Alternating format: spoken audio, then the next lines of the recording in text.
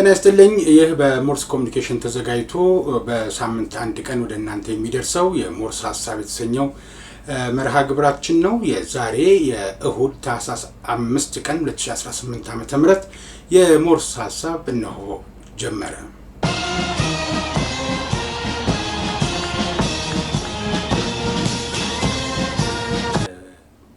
በሰፊው ከመሰራጨቱ በፊት ቀድሞው ጠቅላይ ሚኒስትር ኃይለማርያም ደሳለኝን የሚወነጅሉ የተለያዩ የስም ማጥፋት ዘመቻዎች ነበሩ። እዚህ ሀገር እንዲህ አይነት ቤት አለው፣ እዚህ ሀገር ይህን ያክል ብር ሰርቆ ከኢትዮጵያ አሸሽቷል፣ እንደዚህ አይነት በጣም በርካታ እኔ ራሳቸው በህይወት እያሉ አሁንም መከላከል በሚችሉበት ሁኔታ ላይ እያሉ እሳቸውን ስለተባሉት ነገር ለማስተባበል አይደለም፣ ላስተባብልላቸው አይደለም። አሜሪካን የነበሩ ከሌላው መነሳት ከፍቷቸው ቢቃወሙ ባይቃወሙ ድምጻቸውንም ሳያሰሙ እንዲሁ ለመመለስ የሚገደዱ ወገኖች 3 ይሁኑ 30 ይሁኑ 3000 ይሁኑ እነዛ ሰዎች ኡጋንዳን የተስፋይቱ ምድር አድርገው ነበር። ኡጋንዳ ደግሞ ይሄንን አለች። እንግዲህ አሁን እነዚህ ሰዎች ወዴት ይሄዳሉ? መጨረሻው ነው የተባለው። መነጋገር የሚሆነው ይሄ ነው። እንግዲህ ከነ ክፋታችን ከነ ኃጢአታችን ኢትዮጵያ መቀበሉ አይቀርም። ልጆቿን የትም አትበትንም መቼም። እነዚህ ሰዎች ከመጡ ምን ይደረጋል? ትቀበላለች። ግን ይሄንን ነበረ ብዙ ጊዜ በማገኘው አጋጣሚ በቃለ ምልልሶችም ይሁን በእንደዚህ አይነት ሀሳብ ማንሸራሸርም ይሁን ማነሳ የነበረው ሀሳብ ቢያንስ ለእንደዚህ ለመጨረሻው ሰዓት እንኳን መጠለያ የምትሆን መቀመጫ የምትሆን አንገት ማስገቢያ የምትሆን ሀገር ያስፈልጋል። የቀድሞ የህወሓት ቡድን ሰዎች በመቀሌ ንግድ ባንክ ዋና ቅርንጫፍ በሚገኝበት አካባቢ የህዝብ ገንዘብ የሆነን በባንክ ውስጥ የነበረን የህዝብ ገንዘብ ዘርፈዋል ተብሎ ሌሊትም ቀንም በስልጣን እየናወዙ ዙፋን የሚታያቸው እነዚህ ባለስልጣናት እንግዲህ የሰርግ አዳራሽ ላይ የሙሽሮች የሚቀመጡበት ወንበር የሚመስል ወንበር ላይ ተቀምጠው ምኞታቸውን ለማሳካት ሲፍጨረጨሩ ታይተዋል።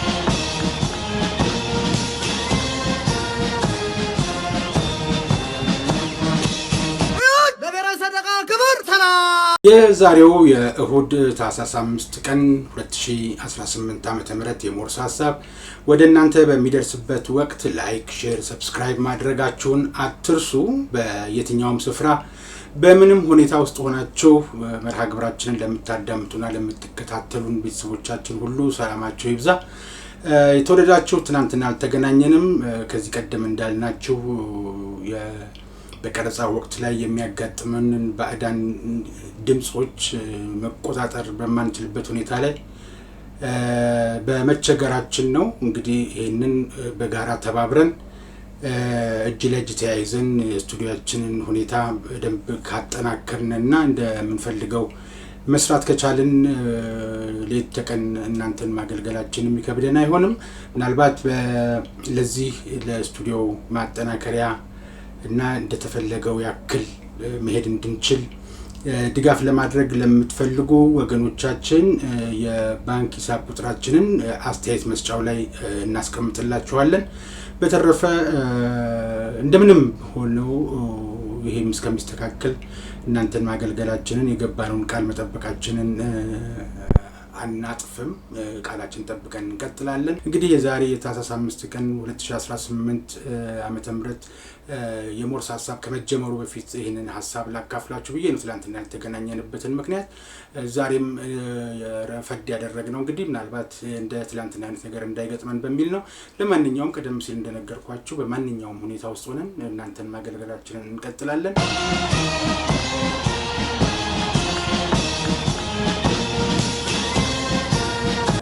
ወደ ዛሬው ሞርስ ሀሳብ ከመሻገሬ በፊት አጫጭር መረጃዎችን ላካፍላችሁ። ከመጪው ጥር ወር ጀምሮ ፌስታል መጠቀም በፍጹም የተከለከለ ነው የሚለው ሕግ ተግባራዊ እንደሚሆን ለማወቅ ተችሏል። ፌስታል ይዞ መገኘት ከ5 እስከ 10 ሺህ ብር ያስቀጣል። አምራቾች የተሰጠው የ6 ወር የመሸጋገሪያ ጊዜ በቂ አይደለም እያሉ ነው። የአካባቢ ጥበቃ ግን የተሰጠው መሸጋገሪያ ጥር 23 ስለሚያበቃ ወደ እርምጃ ገባለሁ ብሏል። በኢትዮጵያ የፕላስቲክ ከረጢት መጠቀም ማምረትና ወደ ሀገር ውስጥ ማስገባት በገንዘብና በስርዓት የሚያስቀጣ ድንጋጌ የተካተተበት ረቂቅ አዋጅ ባለፈው በህዝብ ተወካዮች ምክር ቤት መጽደቁ አይዘነጋም። በአዋጁ መሰረት እንግዲህ የፕላስቲክ ከረጢት የተጠቀመ ወይም ለመጠቀም ይዞ የተገኘ ማንኛውም ሰው ከ5,000 እስከ 10,000 ብር ገንዘብ ይቀጣል። በተመሳሳይ የፕላስቲክ ከረጢት ማምረት፣ ወደ አገር ውስጥ ማስገባት፣ ለገበያ ማቅረብ፣ መሸጥ ወይም ለንግድ ዓላማ ማከማቸት ከ50 እስከ 100,000 ብር ድረስ ያስቀጣል ነው የተባለው። ከዚህ በተጨማሪም ከ5 ዓመት በማይበልጥ ጽኑ እስራት ያስቀጣል። አዋጁ ላይ የሰፈረው እንዲህ የሚል ነው። ህጋዊ ሰውነት ያለው ድርጅት በሚሆንበት ጊዜ ደግሞ ቅጣቱ 3 እጥፍ እንደሚሆን ጸድቋል አዋጁ። ስለዚህ ጊዜውን ታሳቢ አድርጋችሁ በዚህ ጉዳይ ወይም በዚህ ላስቲክ የመጠቀም ነገር ላይ በኦፊሴል የሚባል ነገር ከሌለ በስተቀር መጠቀሚያ ጊዜው የሽግግሩ ጊዜ ተራዝሟል እስካልተባለ ድረስ ጥር መጨረሻ ላይ ወደ ተግባር ስለሚገባ ጥንቃቄ እንድታደርጉ ነው። የቀድሞ የህወሓት ቡድን ሰዎች በመቀሌ ንግድ ባንክ ዋና ቅርንጫፍ በሚገኝበት አካባቢ የህዝብ ገንዘብ የሆነን በባንክ ውስጥ የነበረን የህዝብ ገንዘብ ዘርፈዋል ተብሎ ባለፈው አንድ መረጃ በስፋት ሲሰራጭ ነበር። እርግጥ ነው በሃርድ ቶፕ ላንድ ክሩዘር አይነቱን ሃርድ ቶፕ መኪኖቻቸው ተሰብስበው ባንኩ ቅርንጫፍ ላይ ታይተዋል። ባልተለመደ ሁኔታ ከስራ ሰዓት ውጭ ገባ ወጣም በዝቶ ነበረ። እነማን እንደሆኑ የሚታወቅ ነገር የለም። የታጠቁ ሰዎች አካባቢው ላይ ራቅ ብለው ተስተውለው ነበር። ስማችን እንዳይገለጽብን ያሉም ሰዎች ገንዘቡ የወጣ ገንዘብ እንደሌለ ወይም እንዳልተዘረፈ ግን ሙከራዎች እንደነበሩ ደግሞ በተመሳሳይ ሰዓት የተለያዩ ባንክ ቅርንጫፎች ላይ እንደነበሩ እንዲህ አይነት ሙከራዎች ማለት ነው ጸጉረ ልውጥ ሰዎች የባንክ ሰራተኛ ያልሆኑ ባንኮች ውስጥ ገባ ወጣ ይሉ እንደነበር ከማወቅ በስተቀር ገንዘብ ተዘረፈ የሚለውን አላወቅንም፣ አላረጋገጥንም። መረጃ ምንጮቻችንም ይሄንን አየን ሰማን ብለውም መረጃ ጠቅሰው ማስረጃ አስደግፈው ያሉን ነገር የለም። ግን ይላሉ የሞርስ ምንጮች ይሄ የተደረገበት ትልቁ ምክንያት የአቅጣጫ ማስለወጥ ጉዳይ ነበር ነው። ምክንያቱም ሌላ ቦታ ገንዘብ ሳይሆን ሰነድ ይፈልጉ ነበረ። ስለዚህ ያንን ሰነድ ለማዘረፍ የአርሚ 24 ኮር 2 አባላትን አስታጥቀው ልከው ነበር ወደ ራያ አላማጣ ከተማ ፍርድ ቤት እና የአላማጣ ከተማ ፍርድ ቤት ንብረት የሆነ ጠረጴዛም አልቀራቸውም፣ ፕሮጀክተር፣ ኮምፒውተር፣ ወንበር እንደዚህ የመሰሉ ፍርድ ቤቱ የሚጠቀምባቸው የነበሩ ከምንም ነገር በላይ በኮምፒውተር ውስጥ የተያዙ ሶፍት ኮፒ የሚባሉ የከሳሽ ተከሳሽ ውሳኔ ግልባጮች እነዚህ አንድ ላይ ከኮምፒውተሩ ጋር መዘረፋቸውን ነው። ምን ፈልገው ታርጌታቸው ምን እንደሆነ እዛ ካላማጣ ከተማ ፍርድ ቤት ምን ፈልገው ይሄንን ዝርፊያ እንደፈጸሙ አይታወቅም። የሚገርመው ነገር ከወሰዱት ወንበር፣ ኮምፒውተር፣ ጠረጴዛና ፕሮጀክተር በተጨማሪ መውሰድ ያልቻሉትን ልክ ሌላ ቦታ ባለፈው በጦርነቱ ጊዜ ሲያደርጉ እንደነበረው አውድመውታል፣ ተሰባብሯል። ግን እዚህ ኮምፒውተር ውስጥ ያለ ሰነድን ካልሆነ በስተቀር ምን ፍለጋን የቢሮ ቃል ሊወስዱ እንዳስደፈራቸው ለማጣራት ተሞክሮ ሌላ ምክንያታቸውን ማወቅ አልተቻለም። ሌሊት 5 ሰዓት ተኩል ላይ ሰው በተኛበት በገረቢቱ ወንዝ አሻግረው አላማጣ 02 ቀበሌ በመግባት በር ሰብራቸው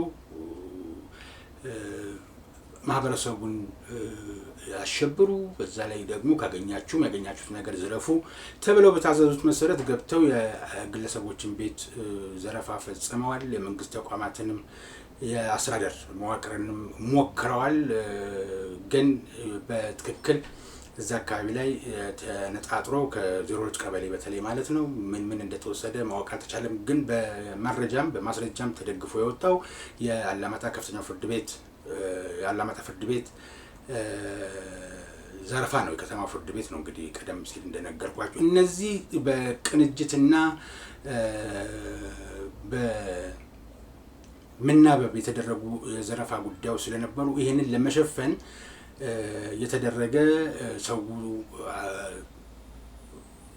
አስተሳሰቡን ወይም በዚህ ወሬ ውዥንብር ውስጥ እንዲገባ ከባንክ ዘረፋ ጋር አገናኝተውታል የራሳቸው ሰዎች። ግን ሌሎች ነገሮችን መተንፈስ አልወደዱም። በእንደርታ ወረዳ ደጀን ክፍለ ከተማ የተኩስ ልምምድ ሲያካሂዱ ነበር ታጣቂዎች። በጣም የአካባቢው ነዋሪ በሽብር ጦርነት የተጀመረን ያክል እስኪመስለው ወይም እዛ እርስ በርስ እንደዚህ አይነት ግጭት ውስጥ ገቡ ወይ የሚል ጭንቀት ውስጥ እንዲገባ ያደረገው ያክል መጠን ያለው የተኩስ ልምምድ ነበረ። አዳዲስ ታጣቂዎቻቸውንም እጅ ለማፋታት ከስልጠና መልሰው የተኩስ ግን ሳይተኩሱ ረጅም ጊዜ ሆናቸው ከስልጠናም በኋላ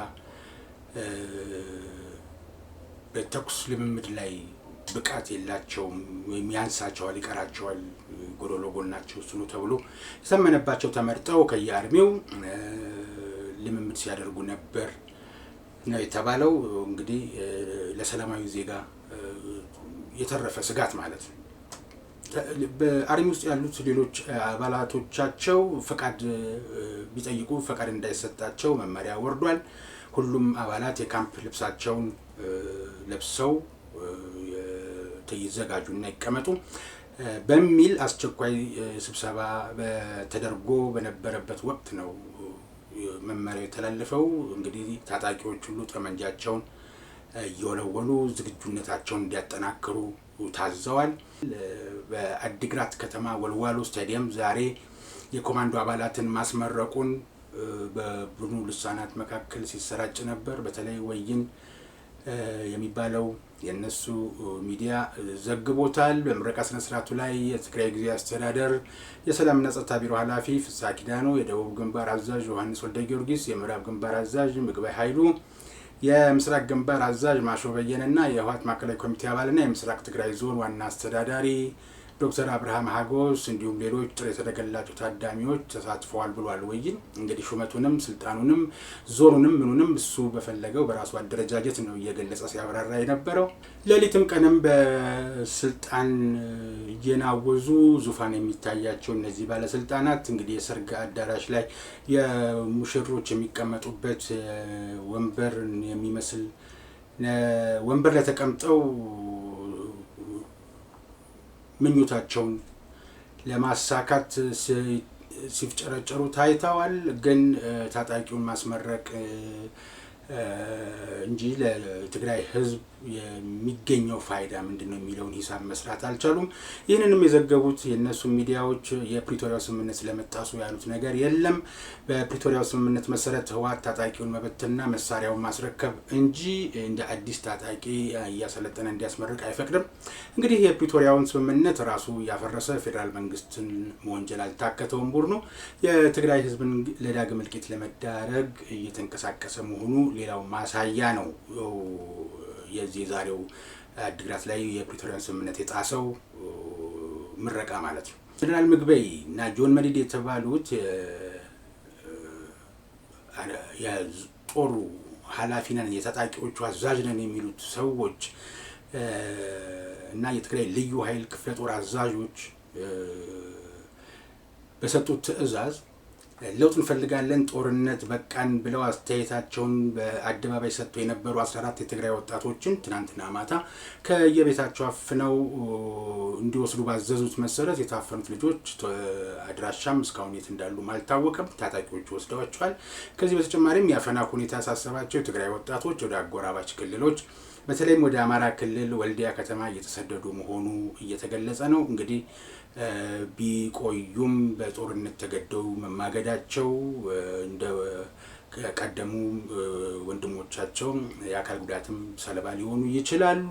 ግን ይህም ሳይመጣ በሀሳብን ብቻ በመግለጻቸው ተሳደው ጓደኞቻቸው፣ አብራደጎቻቸው፣ ኩዮቻቸው ሲታፈኑ እነሱ ሸሽተው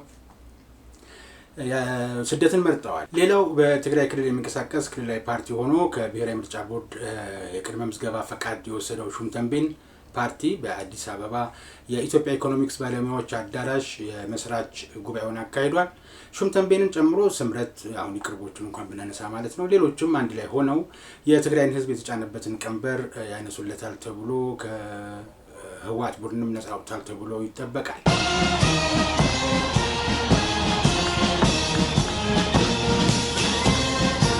የተወደዳችሁ መልእክት ሰምተን እንመለስና ወደ የዕለቱ የሞርስ ሀሳብ እንሻገራለን። መረጃዎቻችን ግን የእስካሁኖቹ ነበሩ።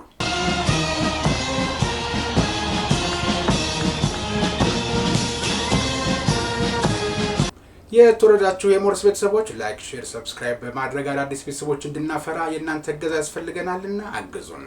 ከዚህ በመቀጠል አንድ መልእክት ሰምተን ስንመለስ ወደ ሌላኛው የዕለቱ ዜና እናልፋለን።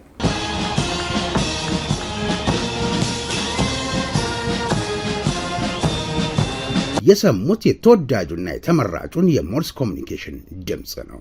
ከጥቅምት 1900 የተነሳውን የጦር ኃይል ታሪካችንን ይዘን በዱላ ቅብብል ዛሬ ላይ ደርሰናል። ይህ ሞርስ ኮሚኒኬሽን ነው። የኢትዮጵያን ሉዓላዊ ግዛት እየጠበቀና እያስከበረ ዛሬ ላይ ያደረሰውን፣ ትናንት ደሙን ያፈሰሰ አጥንቱን የከሰከሰውን እያመሰገንን ታሪኩን እየተረክን የፈጸመውን ጀብድ እየዘከርን ለዛሬው የጦር ኃይል ብርታት እንዲሆነው እያደረግን ለነገው ተተኪ ጀግንነትን እንዲወርስ ተግተን እንሰራለን። ጀግናን ማመስገን ጀግናን መፍጠር ነው።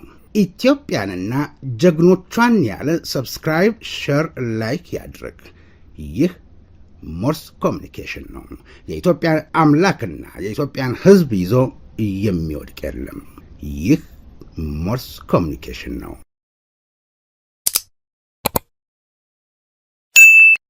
የተወደዳችሁ የሞርስ ቤተሰቦች እናንተ ላይክ፣ ሰብስክራይብ፣ ሼር በማድረግ አዳዲስ ቤተሰቦች እንድናፈራ አግዙን፣ እርዱን። ወደ ዛሬው ሀሳብ ሲሻገር የቀድሞ ጠቅላይ ሚኒስትር አቶ ኃይለማርያም ደሳለኝን የሚመለከት ነው አንደኛው ርዕሰ ጉዳይ። ሁለተኛው አሜሪካ ሆነው ኡጋንዳን አስበው የነበሩ ዛሬ መርዶ ሰምተዋል የሚል መረጃ ነው ያገኘሁት። እነዚህ ሁለቱን እናነሳለን።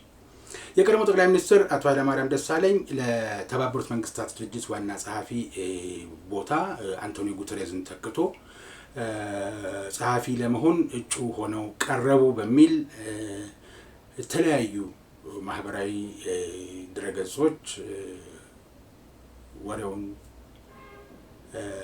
ሲያንሸራሽሩት ነበር።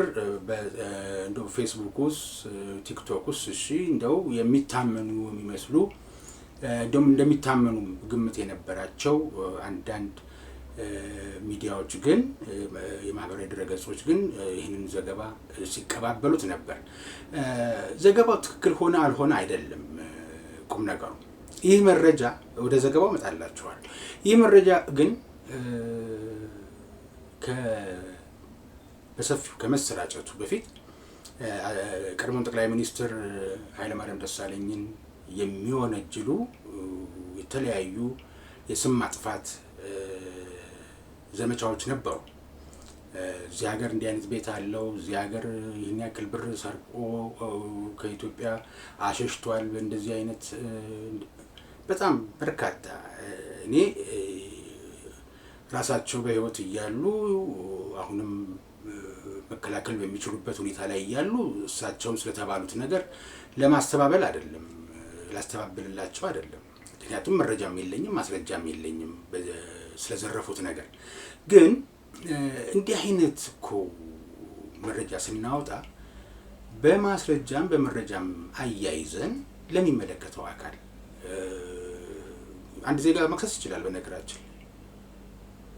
ስለዚህ መክሰስ ፈልጎ ማስረጃም መረጃም እስካለው ድረስ ያን አደራጅቶ ለፖሊስ ቢሰጥ፣ ግልባጩን ለጸረ ሙስና ኮሚሽን ቢሰጥ፣ በተመዘበረው በጠፋው በሸሸው ሀብት ደግሞ ህዝብ አልቅሷል ብሎ ለኢትዮጵያ የህዝብ እንባ ጠባቂ ተቋም በመዘረፋችን አልቅሰናል ተብሎ ሪፖርት ቢደረግ እነዚህ ተቋማት ምንም እርምጃ ላይ ወስዱ ለምንድነው የሚደከመው ብላችሁ ደግሞ እንዳትከላከሉኝ አንዳንዶቻችሁ ማለት ነው። ይህን ማስረጃን በመረጃ አስደግፎ መረጃውን በማስረጃ አስደግፎ እኔ የመክሰስ መብት እስካለኝ ድረስ መረጃውም ካለኝ ማስረጃውም ካለኝ ይከስና ፖሊስ ክሱን አመስርቼ ለአቃቤ ሕግ አልሰጥም ብሎ ያለ ጊዜ ያኔ ህዝብ እንዲያውቀው አደርጋለሁ። ይህን ማስረጃ አቅርቤ በዚህን ቀን አመልክቼ እንደ ዜጋ እንደ ተቆርቋሪ የሚሰማኝ ሰው አጣሁ። ፖሊስም ክስ አልመሰረተም፣ ጸረ ሙስናም ልመርምር አላለም፣ እንባ ጠባቂም እንባዬን ሊያብስልኝ አልቻለም ብሎ ወደ ህዝብ ማውረድ ይሻላል። ወደማይሆን ትርክት ውስጥ ነው የሚገባው። ያለ ማስረጃና ያለ መረጃ የሚነገሩ ነገሮች ሌላ። አሁን ለምሳሌ በትክክል እንደዚህ ከመንግስት ጋር ቅርበት አለን የሚሉ በመዋቅር ውስጥ የሌሉ የመዋቅሩ ላይ ያሉ ሰዎች እናውቃለን የሚሉ ሰዎች የበለጠ እንዲዘርፉን ነው የምታደርጉት። እንደዚህ ያልተጨበጠ መረጃ አሸሽቷል፣ ደብቋል ተብሎ ዝም ብሎ በህግ የማይጠየቅ በፌስቡክ ብቻ ተከሶ ፌስቡክ ላይ ተነቦ የሚቀር ነገር ከሆነ እኔም ፌስቡክ ላይ ነው እንደዚህ ተብዬ የምቀረው የሚል ሌሎች ዘራፊዎችን ታዘጋጃላችሁ፣ የልብ ልብ ትሰጣላችሁና ወደ ህግ የሚካሄድበት መንገድ እያለ ማስረጃና መረጃ ካለ እነዚህ ሁለቱ ነገሮች ደግሞ ከሌሉ ስም ማጥፋትም ከሚሆን ራስንም ከማስገመት መቆጠብ ቢቻል ለማለት ነው። ምክንያቱም እነዚህ ነገሮች ይደማመሩና ቀደም እንዳልኳችሁ ሰው በጣም አንዳንዶቹ ይሉንታ የሌላቸው የአብሮት ፎቶግራፍ የተነሱትን በአጋጣሚ ሆኖ ፎቶግራፍ የተነሱትን የመንግስት ባለስልጣን ጠቅላይ ሚኒስትሩን ይሆናል፣ ከንቲባዋን ሊሆን ይችላል፣ እኔ እኮ ነገሌን አውቃለሁ፣ እኔ ከነገሌ ጋራ ነው የምውለው እያሉ ከመደለል ያልተናነሰ ድለላ አንዱን ከአንዱ እያማቱት የተሰማሩበትን ያደረጉትን ነገሮች እየሰማን እያየን። ስለዚህ ለእንደነዚህ አይነቶቹ በር መክፈት ይሆናል። ይሄ በተጨበጠ ነገር ላይ ያለ ነገር ከሆነ ግን በግለሰብ ደረጃ መክሰስ ይቻላል። ግን ይህንን መጀመሪያ ጥንስሱን ያመጣው ሰው እኔ አሁን እንደተረዳሁት ጠቅላይ ሚኒስትር የቀድሞ ጠቅላይ ሚኒስትር አቶ ኃይለማርያም ደሳለኝ የዩኤን የተባበሩት መንግስታት ድርጅት ዋና ጸሐፊ ለመሆን እጩ ናቸው የሚል ጭምጭምታ ሲሰማ ለማበላሸት የተጠቀመበት ዘዴ አድርጌ ነው የምወስደው። ግን የሚገርመው እሱኛውም ሀሰት መሆኑ ነው። ለተባበሩት መንግስታት ድርጅት አሁን በዋና ጸሐፊነት ላሉት አንቶኒዮ ጉተሬዝን ለመወከል አቶ ኃይለማርያም ደሳለኝ እጩ አልሆኑ። ምንድነው እንደ አውሮፓ አቆጣጠር በ2027 የሚከናወነው የተባበሩት መንግስታት ድርጅት ዋና ጸሐፊነት ምርጫ ለአህጉራት በኮታ የሚሰጥ። ስለዚህ አሁን ቀጣይ ተረኛዋ ደቡብ አሜሪካ ነች። ደቡብ አሜሪካ ቀጣይ ተረኛ ነች። እስካሁን 4 የደቡብ አሜሪካ ሀገራት ቦሊቪያ፣ አርጀንቲና፣ ቺሊ እና ኮስታሪካ እጩዎቻቸውን አስተዋውቀዋል። ደቡብ አሜሪካ ሀገራት ውስጥ የሚወጣ አይደለም እና የጠቅላይ ሚኒስትር የቀድሞ ጠቅላይ ሚኒስትር ኃይለማርያም ደሳለኝ በእጩነት አልተመዘገቡም እና መረጃው መሰረተ ቢስ ነው ማለት ነው። ሌላ ሁለተኛውን ሀሳብ ስናነሳ አሜሪካ ለኢትዮጵያውያን ዜጎች ሰጥታ የነበረውን የጊዜያዊ ከለላ መብት ማንሳቷን አስታውቃለች። የአሜሪካ የሀገር ደህንነት ቢሮ ኃላፊ ክርስቲን ናይም ለኢትዮጵያ ተሰጥቶ የነበረው የጊዜያዊ ከለላ መብት መነሳቱን ሲያስታውቁ ከእንግዲህ በኋላ በጦርነትም በተፈጥሮ አደጋም በሌሎችም ምክንያቶች ወደ ሀገራቸው መመለስ ለማይችሉ ዜጎች ጊዜያዊ ከለላ ተሰጥ የነበረ ቢሆንም ኢትዮጵያ ይኸው መብትም ነበራት። ስለዚህም ከ1990ዎቹ ጀምሮ በሀገሯ የሚኖሩ ሌሎች ሀገራት ዜጎች ጦርነትን ጨምሮ በአንዳንድ ምክንያቶች ወደ መጡበት ሀገር መመለስ ለማይችሉ ሰዎች ይህንን ከለላ መስጠት ጀምራ ነበር። ግን ከአሁን በኋላ በኢትዮጵያ ያለው ሁኔታ ወደ ኢትዮጵያ የሚመለሱ ግለሰቦች ደህንነት ላይ ስጋት አይፈጥርም የሚል ድምዳሜ ላይ መድረሷንና ከለላው መነሳቱ ነው ይፋ የተደረገው።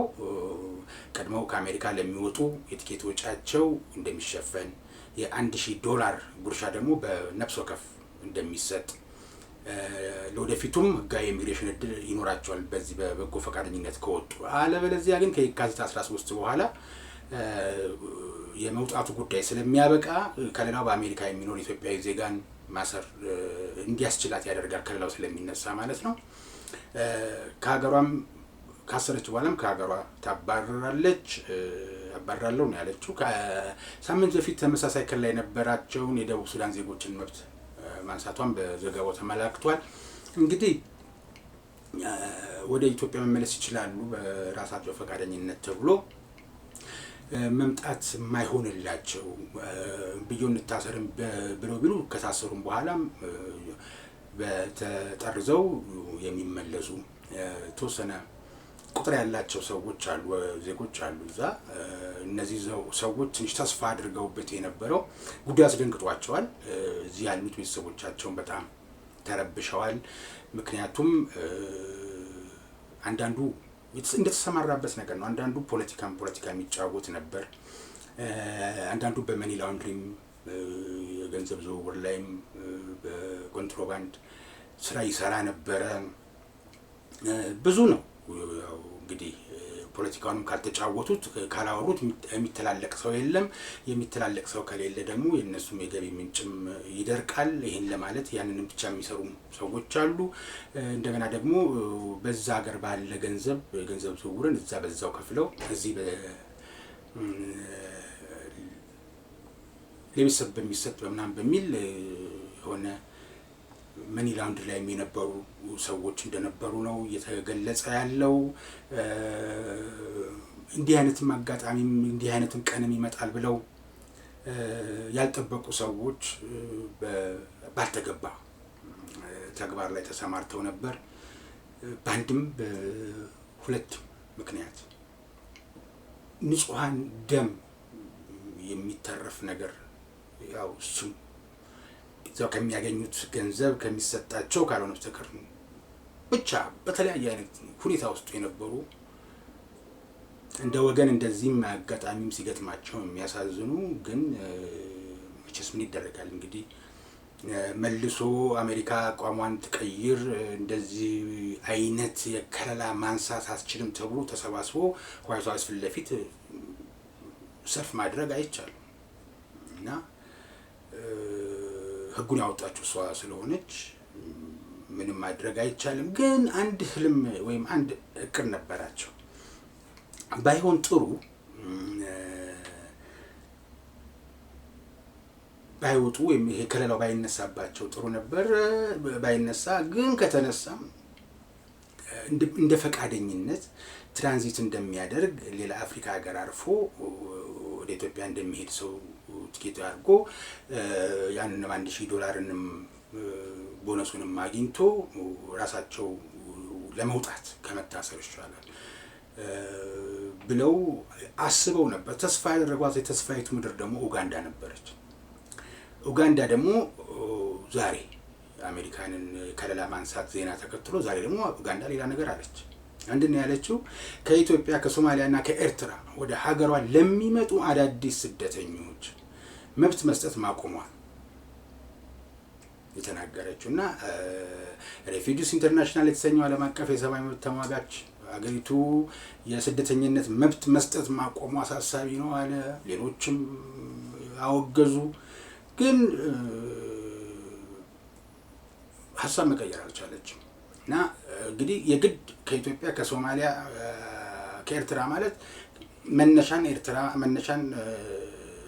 ኢትዮጵያ ማድረግ ብቻ አይደለም። ከየትኛውም የዓለም ክፍል ወደ ኡጋንዳ የሚገቡ ኢትዮጵያውያን፣ ሶማሊያን እና ኤርትራውያን ይመለከታል ማለት ነው። ስለዚህ አሜሪካን የነበሩ ከሌላው መነሳት ከፍቷቸው ቢቃወሙ ባይቃወሙም ድምጻቸውንም ሳያሰሙ እንዲሁ ለመመለስ የሚገደዱ ወገኖች 3 ይሁኑ 30 ይሁኑ 3000 ይሁኑ እነዛ ሰዎች ኡጋንዳን የተስፋይቱ ምድር አድርገው ነበር። ኡጋንዳ ደግሞ ይሄንን አለች። እንግዲህ አሁን እነዚህ ሰዎች ወዴት ይሄዳሉ? መጨረሻው ነው የተባለው መነጋገሪያ የሚሆነው ይሄ ነው።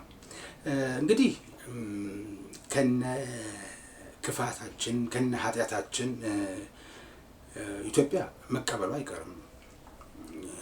ልጆቿን የትም አትበትንም መቼም እነዚህ ሰዎች ከመጡ ምን ይደረጋል ትቀበላለች። ግን ይሄንን ነበረ ብዙ ጊዜ በማገኘው አጋጣሚ በቃለ ምልልሶችም ይሁን በእንደዚህ አይነት ሀሳብ ማንሸራሸርም ይሁን ማነሳ የነበረው ሀሳብ ቢያንስ ለእንደዚህ ለመጨረሻው ሰዓት እንኳን መጠለያ የምትሆን መቀመጫ የምትሆን አንገት ማስገቢያ የምትሆን አገር ያስፈልጋል። ኢትዮጵያ ትፍረስ ሲሉ የነበሩ ወይም እንደው ደም መፋሰሱ በታላቅነትም በፖለቲከኝነትም ከአደባባይ መወጋገዝና መጨካከን የጠረጴዛ ውይይት የአዳራሽ ውስጥ መሰብሰብ ይሻላል ማለትና መምከር ሲገባ በለው ሲሉ የነበሩ ያ የተቀመጡበት ወንበር የሚፋጅ ሆኖ የማይነሱ ያሉበት ሀገር ሰው ሆኖ ሂዱ የማይባሉ መስሏቸው ነው ከነ ችግራቸው ኢትዮጵያ ውስጥ ቢሆኑ ግን ኢትዮጵያ ሂድ አትላቸውምና ሌላውንም ባዳውንም ብላ ማታውቅ በልዩ የሆነ ወንጀል አድራጎት ላይ ካልተገኘ እነዚህ ሰዎች ቢያንስ ሌላው ወገናቸው እነሱ ጨካኝ እንኳን ቢሆኑ ጨክነው እንኳን ቢቀር አንገት ማስገቢያ አገር አስፈላጊ መሆኑ የግድ ስለነበር ተው በተቻለው መጠን ክፍለ ዘመኑን የሚዋጅሁን ንግግራችንም ጩኸታችንም ጦርም የምንሰብቀው እንጂ እንዲህ ባይሆን ምክንያቱም እነ የመንን እኮ እነ ሊቢያን አንዳንዴም እኮ ከፈራረሱትም እኮ ማየት እና መማር እንችል ነበረ ልባችን ከፍተን። ምክንያቱም ያለነው አሜሪካ ነው፣ የምናገኘው በዶላር ነው፣ የምንበላው ደህና ነገር ነው፣ የምንተኛው ደህና ነገር ላይ ነው። ልጆቻችንም ቤተሰቦቻችንም እዛው ናቸው ወይም ደግሞ ሌላ ቦታ ነው ያሉት። በአገር ቤት ውስጥ ያሉት ዘመዶች አይደሉም ወይም በስጋ ልዛመድም ቢሆንም ደግሞ ራቅ ያለ ዘመድ ነው በሚል አይነት ከሰውኛ ያፈነገጠ ሁኔታ ውስጥ ሆነና እንትን ሆነ ሁሉ ነገር እዛ ቤት የሚመጣል መሰላቸው። አሁን ግን መጣ። ኢትዮጵያን በሩቅ ሆኖ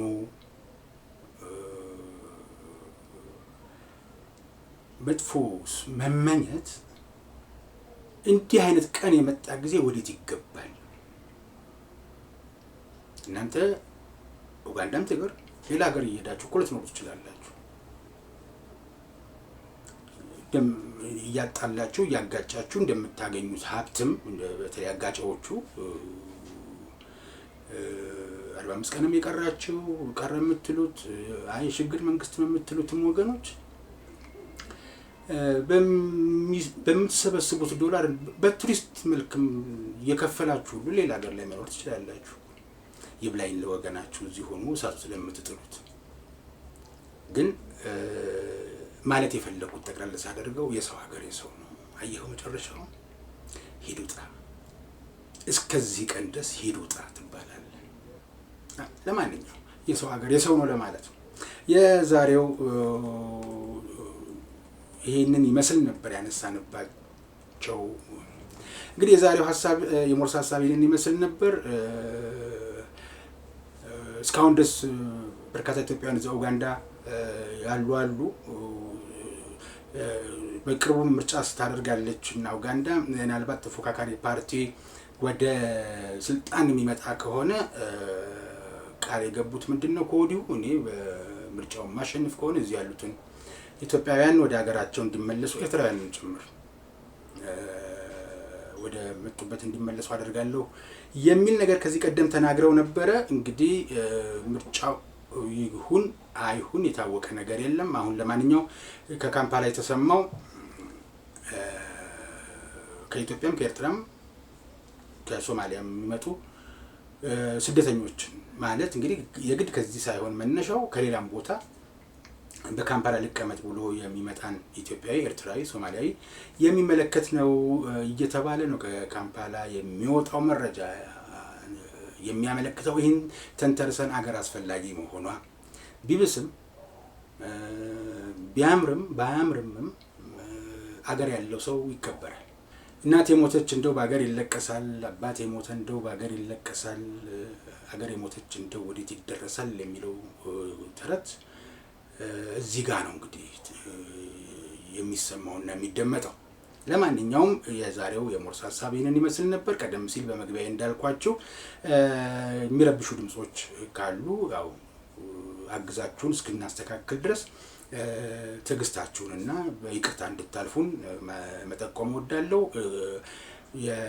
ለምታግዙ ሰዎች ደግሞ የባንክ ሂሳብ ቁጥራችንን አስተያየት መስጫው ላይ አስቀምጥላችኋለሁ። እናመሰግናለን አብራችሁን ስለነበራችሁ።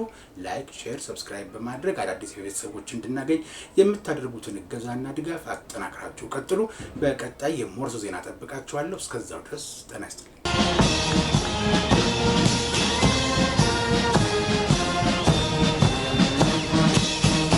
ለብሔራዊ ሰንደቅ ክብር ሰላም